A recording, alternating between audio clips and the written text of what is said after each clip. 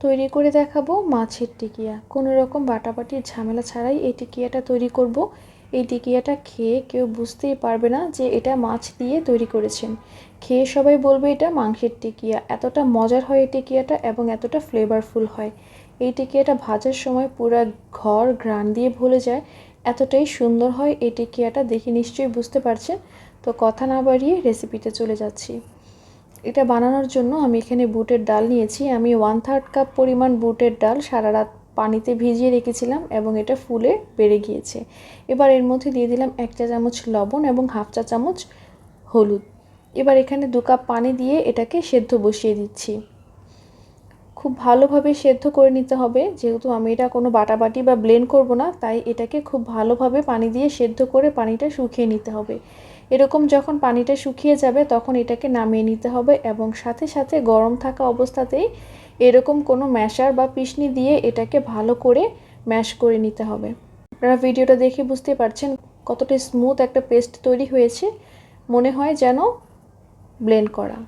এবার মাছটা রেডি করব। এখানে আমি বড় সাইজের 2টি মাছ নিয়েছি। আমি এখানে কাতল মাছ নিয়েছি, আপনারা তেলাপিয়া, রুই কিংবা যে কোনো মাছ নিতে পারেন। এখানে আমি 1/2 চা চামচ লবণ, হলুদ, মরিচের গুঁড়া এবং সামান্য একটু ধনিয়া গুঁড়া দিয়ে এটাকে সেদ্ধ করে নিব। খুব ভালোভাবে মাছটাকে সেদ্ধ করে একেবারে পানিটা শুকিয়ে নিতে হবে। মাছটা সেদ্ধ করে পানিটা শুকিয়ে গেলে এটাকে আমি নামিয়ে নিব। হয়ে গেছে। এবার এটাকে বেছে নিতে হবে। মাছের উপরের যে চামড়াটা থাকে সেটাকে ফেলে দিয়ে মাছের কাঁটাটা বেছে নিয়েছি। এবার এর মধ্যে দিয়ে দিচ্ছি সেই ম্যাশ করে রাখা ডালের বাটাটা। ডালটা এত সুন্দরভাবে বাটা হয়েছে, গরম অবস্থায় বাটলে এটা এত সুন্দরটা হয়। এবার এর মধ্যে দিয়ে দিব পেঁয়াজ। আমি এখানে 2টি পেঁয়াজ এবং 4-5টি কাঁচামরিচ কুচি করে হালকা তেলে ভেজে নিয়েছিলাম। আর দিয়ে দিচ্ছি আদা বাটা এবং রসুন বাটা। আমি এখানে আদাটা একটু ছেঁচে দিয়েছি, তবে আপনারা চাইলে বাটা দিতে পারেন। এখানে দিব 1 টেবিল চামচ কাবাবের মশলা, 1/2 চা চামচ গরম মশলা, মরিচের গুঁড়া এবং ধনিয়ার গুঁড়া। এবার দিয়ে দিলাম পেঁয়াজের বেরেস্তা আর দিয়ে দিব স্বাদ মতো লবণ। দিয়ে দিচ্ছি 1 চা চামচ পরিমাণ চিনি।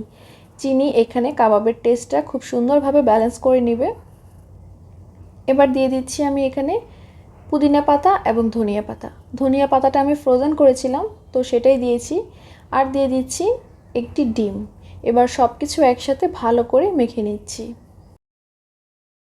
মশলার সাথে ধনিয়া পাতা, পুদিনা পাতা এবং ডিমটা খুব ভালো করে মিশিয়ে নিতে হবে। ভালোভাবে মেশানো হয়ে গেলে দেখা যাবে পুরটা কিছুটা পাতলা রয়েছে। তো সেটাকে একটু ঘন করার জন্যই আমি এখানে ব্রেড ক্রাম্ব ব্যবহার করব। ব্রেড ক্রাম্বের পরিবর্তে চাইলে বিস্কুটের গুঁড়াও দিতে পারবেন। হাতে সামান্য একটু তেল মেখে আমি এখানে কাবাবের শেপ দিয়ে নিচ্ছি। প্রথমে হাত দিয়ে গোল বল করে নিচ্ছি, তারপরে 2 হাতের তালুতে একটু চেপে নিলেই টিকিয়ার শেপ হয়ে যাবে। ব্যাস, হয়ে গেছে।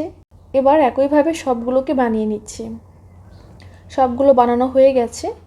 এবার আমি এগুলোকে ভাজতে চলে যাচ্ছি। এগুলো ভাজার জন্য তেলটাকে আমি ভালোভাবে গরম করে নিয়েছি। কম গরম তেলে কোনোভাবে এই টিকিয়া দেওয়া যাবে না, তাহলে এটা ভেঙে যাওয়ার চান্স থাকবে। আমি তেলটাকে খুব ভালোভাবে গরম করে এবার টিকিয়াগুলো দিয়ে দিচ্ছি। দেখতেই পাচ্ছেন টিকিয়াগুলো দেওয়ার সাথে সাথেই বুদবুদ উঠে যাচ্ছে। আপনারা চেষ্টা করবেন ডুবো তেলে ভাজতে। ডুবো তেলে ভাজলে খুবই সুন্দর ভাজা হয়।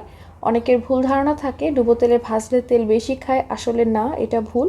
তো এগুলো আমি উল্টে পাল্টে লালচে করে ভেজে নিব। ভেজে নিলেই তৈরি হয়ে যাবে আমাদের দারুণ মজাদার টিকিয়া।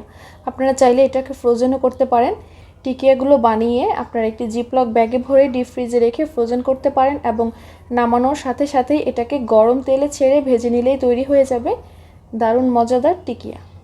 তো আশা করছি রেসিপিটা আপনাদের কাছে ভালো লেগেছে। ভালো লেগে থাকলে রেসিপিটা লাইক, কমেন্ট করতে ভুলবেন না এবং আপনাদের ফ্রেন্ডস অ্যান্ড ফ্যামিলির সাথে শেয়ার করবেন। ফেসবুক পেজটি ফলো দিবেন এবং ইউটিউব চ্যানেলটি সাবস্ক্রাইব করে সাথেই থাকবেন। এমন আরও অনেক রেসিপি এবং অনেক কাবাবের রেসিপি আমার পেজে এবং চ্যানেলে দেওয়া আছে, আপনারা চাইলে সেখান থেকেও দেখে নিতে পারেন। সবাই অনেক বেশি ভালো থাকবেন। আল্লাহ হাফেজ।